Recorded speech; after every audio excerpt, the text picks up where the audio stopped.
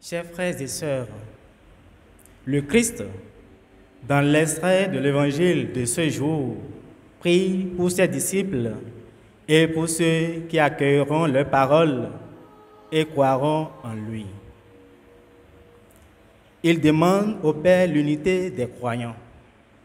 En réalité, l'unité que souhaite le Christ ne consiste pas en une vague bonne entente entre les proches, ni d'honnête tolérance réciproque, ni même de la fameuse coexistence pacifique. Il s'agit d'être unis comme le Père et le Fils sont un. Comme toi, Père, tu es en moi et moi en toi. L'union ici est communion. Le modèle d'unité proposé aux chrétiens est celui de la Trinité. En Dieu, les personnes restent totalement distinctes et se respectent les unes les autres. Autrement dit, l'unité suppose une communion totale. Elle est écoute des différences, échange de richesses, partage des cultures.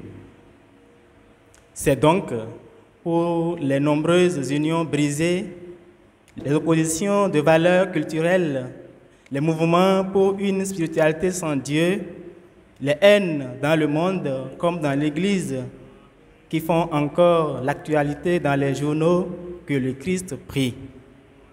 Il prie pour la communion des cœurs qui donnera corps à la communion ecclésiale. L'Église est un peuple qui tire son unité de l'unité du Père et du Fils et de l'Esprit Saint, nous dit Saint Cyprien. Ce qui attire dans la foi ou redonne foi aux jeunes comme aux adultes qui l'ont perdue, c'est cette unité capable de faire clamer ceux qui voient vivre les croyants.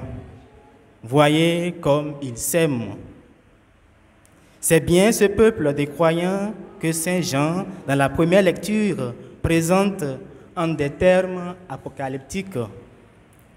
La ville sainte, la Jérusalem nouvelle, je l'ai vue qui descendait du ciel d'auprès de Dieu, prête pour les noces, comme une épouse parée pour son mari. La parure pour les noces de l'agneau n'est rien d'autre que l'amour reçu et donné. Cette charité qui valorise la différence et l'unicité de chaque être. Elle est le lien de la perfection dans la vérité. Cette vérité sanctificatrice est au fond la totalité de la révélation que Jésus a prêchée et que les disciples ont reçue d'une manière fervente. Ainsi, la remise de soi dans un amour confiant au Dieu de Jésus-Christ devient la sanctification véritable.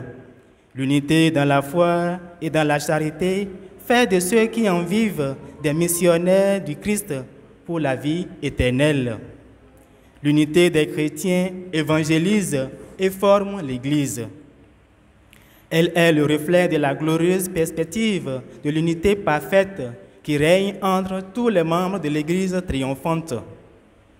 Chers frères et sœurs, l'intercession de Jésus pour l'unité nous dispose à vivre la charité dans la vérité, car la charité est le signe de la vraie connaissance de Dieu. Elle nous ouvre à la communion de l'amour trinitaire. Aujourd'hui, la commémoration de nos frères et sœurs défunts de l'ordre, encore en état de purification, ravive notre communion à l'Église souffrante et notre devoir de charité vis-à-vis d'elle. Elle nous invite, d'une part, à intercéder pour qu'elle soit pleinement associée à la gloire du Christ et d'autre part, à promouvoir l'unité de tout le genre humain dans une pluralité harmonieuse pour notre propre sanctification.